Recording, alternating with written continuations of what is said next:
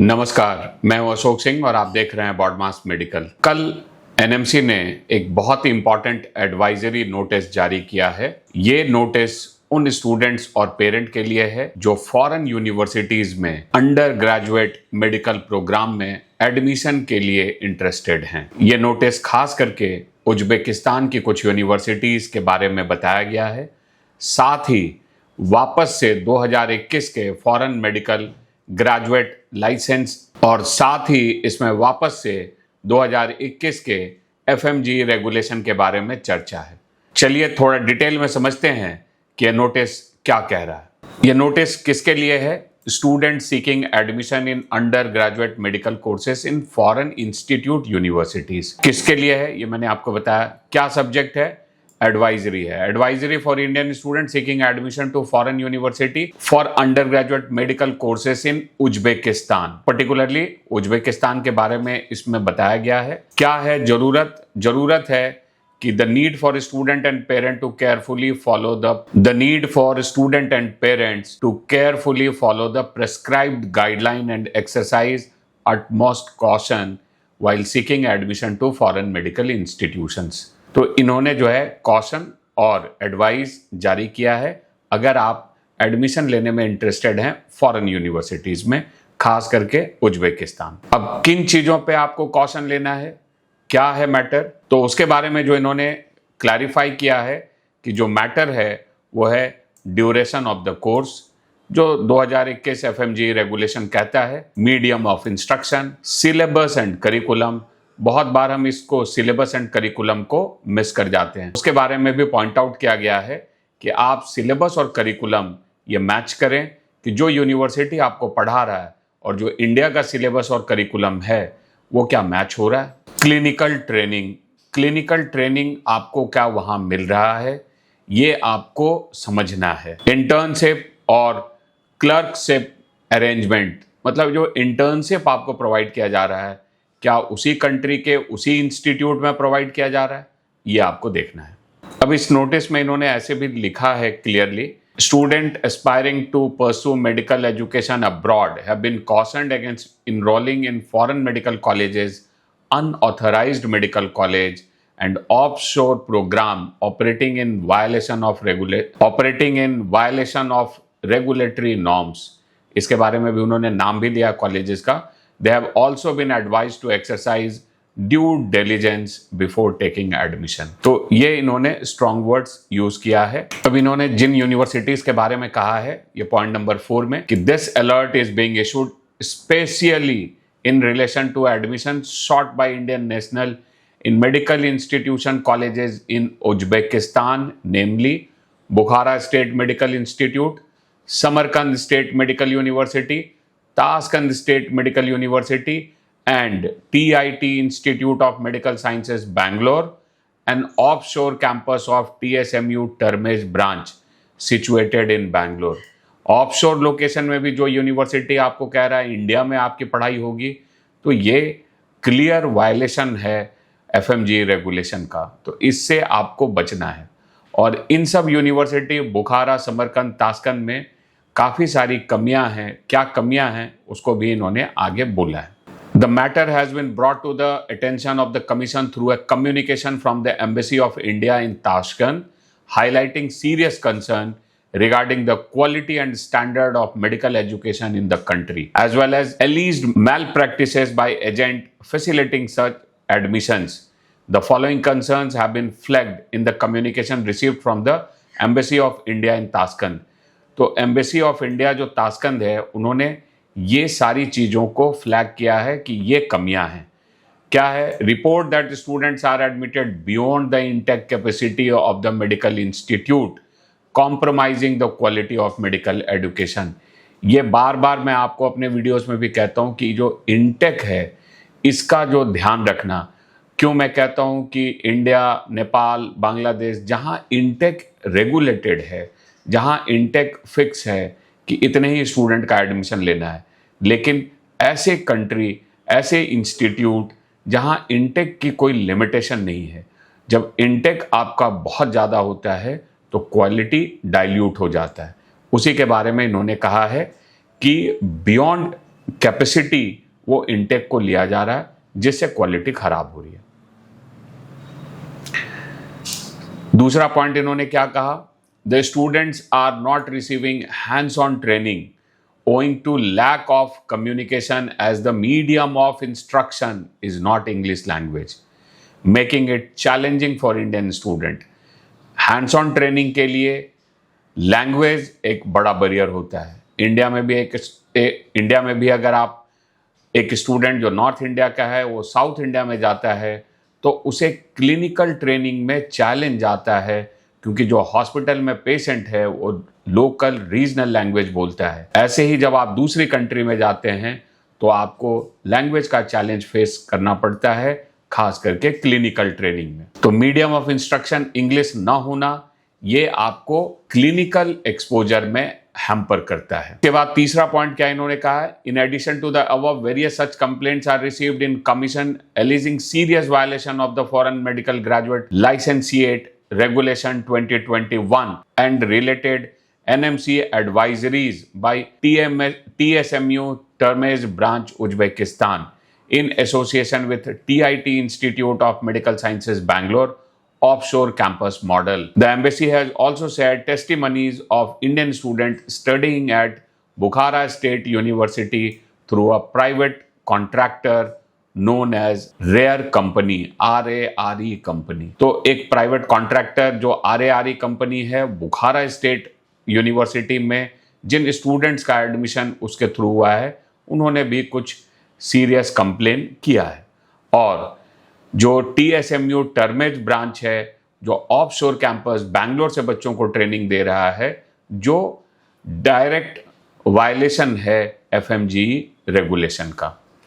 तो ये जो मुद्दे हैं ये आपको हाईलाइट किया गया है एम्बेसी ऑफ इंडिया उज्बेकिस्तान के थ्रू। आगे इन्होंने ये कहा कि in light of the communication from the embassy of India in Tashkent it is observe that many of the criteria laid under FMGE regulation are not being fulfilled, therefore Indian citizen and overseas citizen of India considering admission to MBBS or equivalent medical program in Uzbekistan or similar destinations are advised to exercise extreme caution. Students governed by the FMGE Regulation 2021 must ensure that the foreign medical institution they choose fully complies with the regulatory requirement prescribed by the NMC. Failure to meet this requirement may result in ineligibility for registration to practice medicine in India after completion of the course. आप NMC के FMGE regulation को नहीं fulfil करते हैं तो आपको आगे licence मिलने में इंडिया में तकलीफ हो सकती है। अब ये पॉइंट नंबर 6 में उन्होंने कुछ बोल्ड पॉइंट में बातें कही हैं जो आपके लिए बहुत इंपॉर्टेंट है। It is once again reiterated via this alert note that student and parents are strongly advised as under, do not fall for fraudulent offers. No institution can guarantee admission outside the prescribed process, including qualification in the NEET examination. क्योंकि अगर आप NEET में qualified नहीं है तो किसी भी university में एडमिशन लेने से आपको कोई फायदा नहीं है और आप जो है कभी भी इंडिया के लिए लाइसेंस नहीं ले पाएंगे। Verify before making any payment, ensure that the concerned institution is duly recognised and compliant with applicable regulation prior to committing or paying any fees. तो पहले आप चेक कर लें कि क्या ये सारे रेगुलेशन को पूरा करता है, उसके बाद आप फीस पे करें। Check recognition and compliance, carefully verify the recognition status of medical university and ensure adherence to the FMGE regulation 2021। ये जो 18 नवंबर 2021 का FMGL रेगुलेशन है, इसके पैमाने पे आप किसी भी यूनिवर्सिटी और कॉलेज को चेक कीजिए, अगर वो फॉलो कर रहा है तब आप एडमिशन लीजिए। Avoid unverified agent, do not rely on unauthorised और unverified agent intermediary for securing admission. हमेशा जो है आप सही चैनल के थ्रू एडमिशन लें, डायरेक्ट यूनिवर्सिटी में अप्लाई करके एडमिशन लें। किसी जो भी आप एजेंट या इंटरमीडियरी की सर्विस ले रहे हैं, अगर वो ट्रांसपेरेंटली आपका एप्लीकेशन यूनिवर्सिटी में कर रहा है, फीस आप यूनिवर्सिटी को पे कर रहे हैं, यूनिवर्सिटी के बारे में आपको सारी बातें ट्रांसपेरेंटली बता रहा है, तभी आप एडमिशन लें। Seek official guidance, consult the National Medical Commission and Indian diplomatic mission abroad wherever necessary. तो जो ऑथेंटिक चैनल है वहां पर जाके कोई भी चीजों को वेरीफाई करें। Report suspicious activity, any institution or individual offering illegal or misleading medical admission should be reported to the National Medical Commission. अगर आपको किसी इंस्टीट्यूशन या किसी इंडिविजुअल में लगता है कि वो आपको मिसलीड कर रहा है तो आप उसे रिपोर्ट करें। अब एक बार वापस से मैं आपको एफएमजी रेगुलेशन बता देता हूं, क्योंकि ये जानना आपके लिए और हर पेरेंट के लिए बहुत जरूरी है। इसको पॉइंट नंबर 3 में वापस से इन्होंने कहा है, मैंने इसको जानबूझ के आपको आखिर में बता रहा हूं और आपको ये वापस से समझना बेहद जरूरी है कि ये जो 6 पॉइंट्स हैं इसे एकदम अच्छे से समझ लीजिए और किसी भी यूनिवर्सिटी कॉलेज को इसी पैमाने पे आप जांचिए। पहला क्या है, minimum 54 month of education in a single institution. 54 महीने एक ही यूनिवर्सिटी या कॉलेज में आपको पढ़ना है। ट्रांसफर बीच में नहीं होगा, वो पॉसिबल नहीं है। 4.5 साल मिनिमम का कोर्स होना चाहिए एक सिंगल इंस्टीट्यूशन में। 12 month internship to be completed at the same foreign university. जो 12 महीने का मिनिमम इंटर्नशिप है, 12 महीने की जो मिनिमम इंटर्नशिप है वो उसी कॉलेज या यूनिवर्सिटी में होनी चाहिए। Clinical training must not be done in parts और across different country. Clinical training ऐसा नहीं है कि अलग अलग कंट्री में अलग अलग हिस्से में 6 महीना अभी किया 6 महीना बाद में किया, ऐसा नहीं है। आपको 12 महीने का इंटर्नशिप एक बार में सेम यूनिवर्सिटी में पूरा करना है। Medium of instruction must be English. इसी पे आपको बहुत सारे यूनिवर्सिटीज फेल होंगे। 2026-27 में देखेंगे जो स्टूडेंट आएंगे इंडिया में वापस से अपनी इंटर्नशिप पूरा करने, तो आप देखेंगे इस मैटर पे बहुत सारी यूनिवर्सिटी फेल होगी।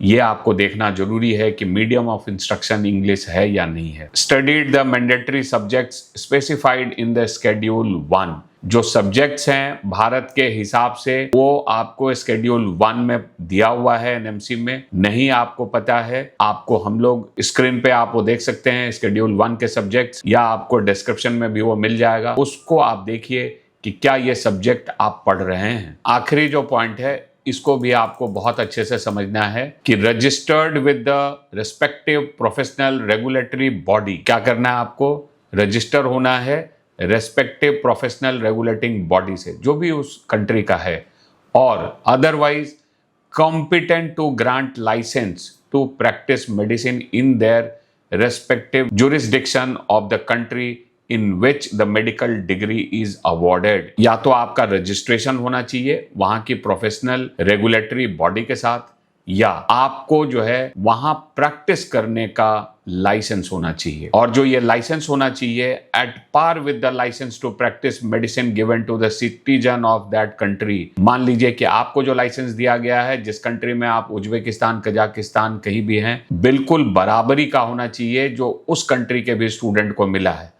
तो अगर आपको लाइसेंस वहाँ के स्टूडेंट के बराबरी का मिल रहा है या आप वहाँ के प्रोफेशनल रेगुलेटरी बॉडी में रजिस्टर्ड हैं, तब ये ठीक है। अगर नहीं है तो ये आप जो कंप्लायंस है इसे आप पूरा नहीं कर रहे हैं। तो आपको ये इंश्योर करना है कि ये जो पॉइंट्स है, अगर इस पे यूनिवर्सिटी खरा उतर रहा है तो फिर वो ठीक है, आप वहाँ पढ़ सकते हैं। तो ये मोटी मोटी बातें थी उज्बेकिस्तान के कुछ यूनिवर्सिटी और ऑफशोर लोकेशन पे जो इंस्टीट्यूट पढ़ा रहा है उसके बारे में। एम्बेसी ऑफ इंडिया उज्बेकिस्तान ने जो कंप्लेंट्स रेज किए हैं उसके आधार पे एनएमसी ने आपको एडवाइजरी इशू किया है। ये बहुत जरूरी था क्योंकि अभी कई फॉरेन कंट्रीज में कई यूनिवर्सिटीज ने इस साल के लिए अपना एडमिशन ओपन कर दिया है। ठीक से समझिए, सही इंस्टीट्यूट, सही कंट्री का चुनाव कीजिए ताकि आप जो पढ़ें, जो मेहनत करें, वो आपका फ्रूटफुल रहे। ऐसे ही सारे लेटेस्ट अपडेट के लिए इस चैनल को जरूर सब्सक्राइब कर लें। वीडियो देखने के लिए आपका बहुत बहुत धन्यवाद।